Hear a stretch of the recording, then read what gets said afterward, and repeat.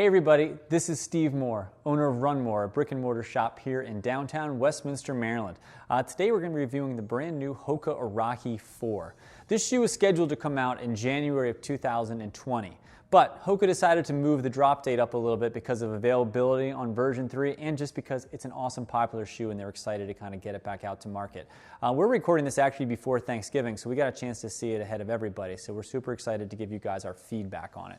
If you're sort of new to Hoka, it's been a brand that's been growing and growing for the last 10 years. We've been owning the shop here now for 5 years, and we've been carrying Hoka since 2014.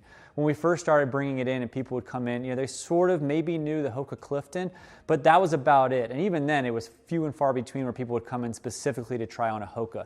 But now if you go anywhere, if you go walk around, you go to Disney, you go to the park, you go to the airport, you're seeing more and more people, and not just runners, that are wearing the Hoka. And we get a lot of people come in that say, I've been seeing these goofy shoes with the big cushion, and what the heck is it? So the new Arahi is sort of based on their most popular version, which is the Clifton.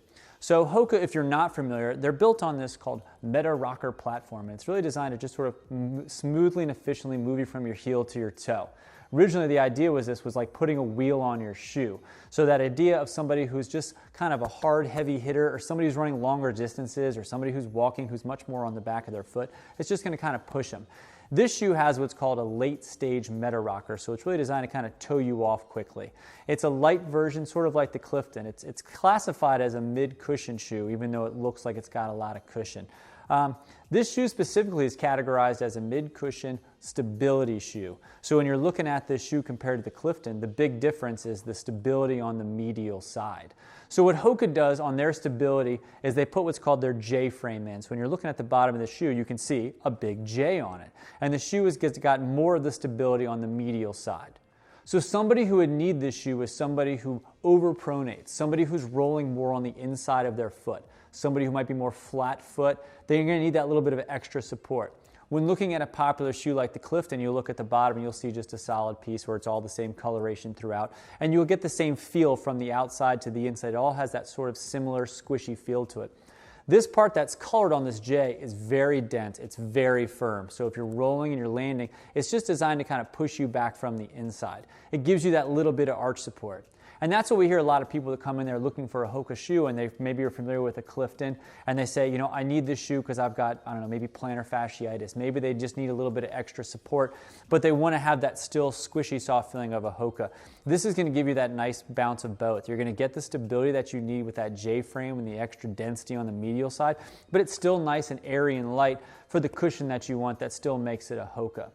So a couple differences between version 3 and version 4. They're still super light, and the weight actually hasn't changed. So on the men's side, the shoe is still weighing in at 9.6 ounces between the 3 and the 4, and the women's is still the same at 8 ounces for both. We sort of looked at it, and we're sort of measuring it and checking out the differences, because when you look at it, aesthetically it looks pretty similar. The upper is very different. It's much more breathable on this version to it as well. It just seems a little stretchier here too. Not that the other one was narrow, but if you wore it for a long time, or if you're like me and you had a little bit of a wider foot, you could get a little bit of pinching on sort of the knuckle part of your foot there, along where I have a bunion on my right side. It did sort of irritate me if I was wearing it for long periods of time. This is definitely stretchier and lighter.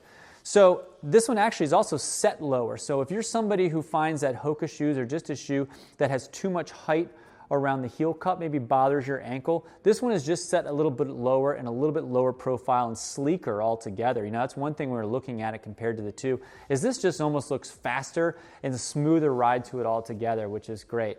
And we're guessing the difference in the weight is sort of feeling it is the density of this J frame. It feels even more dense. It's fun to pick up these shoes and sort of feel the softness between the different color layers that they have here, and the density and the thickness on this just feels a little bit more substantial on version 4 versus version 3. The heel cup also just feels a little bit more stable on this shoe than the other. Again, just trying to hold your heel in place, so if you are somebody who rolls to the inside, this will just give you a little bit extra support by having a little bit more support around the heel. So this shoe being a mid-cushion shoe, you can do a little bit of everything in it, right? We have people that use this shoe for walking, who use it for work, somebody who's doing, long distance runs in it. Hoka's great for all those kind of activities. if you were doing maybe an ultra marathon, or if you're going to be doing a marathon that's going to take you, a considerable amount of time, you might think about a version that has the next step up in cushion, maybe like the Gaviota. But for everything that's sort of just like a marathon down and including all day work and such, this shoe is probably going to give you enough cushion and support to it. So how a good way at home that you can maybe determine if you need something with a little bit more cushion or stability, or if you're somebody who might be better off with the brother-sister version of this, like the Clifton, or the more stable version, the Arahi. Look at the shoe that you've been running and walking in, and if you're seeing more wear down the middle of the shoe on the medial side, and the shoe you're wearing is not really a stable shoe, that typically means you need a little bit more arch support. So that'd be a good candidate for a shoe that has a little bit of additional help to it. If you're already looking at your shoe and you're more on the middle to the outside or on the outside of your shoe, even though this has this little J on the outside, I would probably stick to something like the Clifton.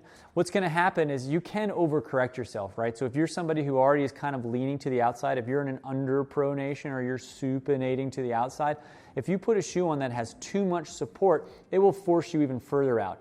And a good tech for that is if you start having some hip, outer knee, IT band pain, a lot of times when we hear that from somebody who comes in, they're feeling with that consistently.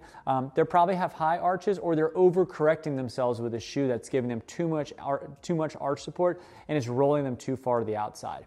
If you're a Hoka, if you want to be a Hoka person and you're finding that you're really crushing the outside of your shoe, and maybe even in a soft neutral shoe like a Clifton that you're still getting too much that arch support, I've been putting people in the Gaviota, which has this same J frame to it, but for whatever reason seems to balance people out into a more neutral pose than the Arahi 3. We were finding people that were a little bit on the supination side, we're getting too much support on that version.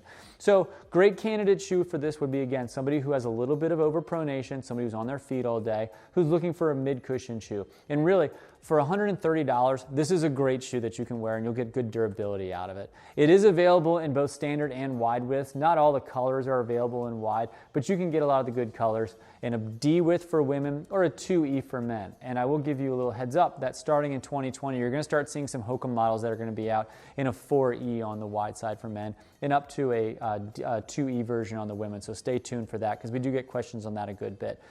Thank you guys so much for watching. And if you were curious on purchasing the shoe or anything else, hop onto our website and use promo code RUNMORE and you'll save yourself 10% and you'll get free shipping on your order. If you have any questions on any of the videos we do, just leave it below and I'll get back to you as fast as I can. And if you can like and subscribe, that'd really be great. It really does help us in our algorithms and all that good jazz.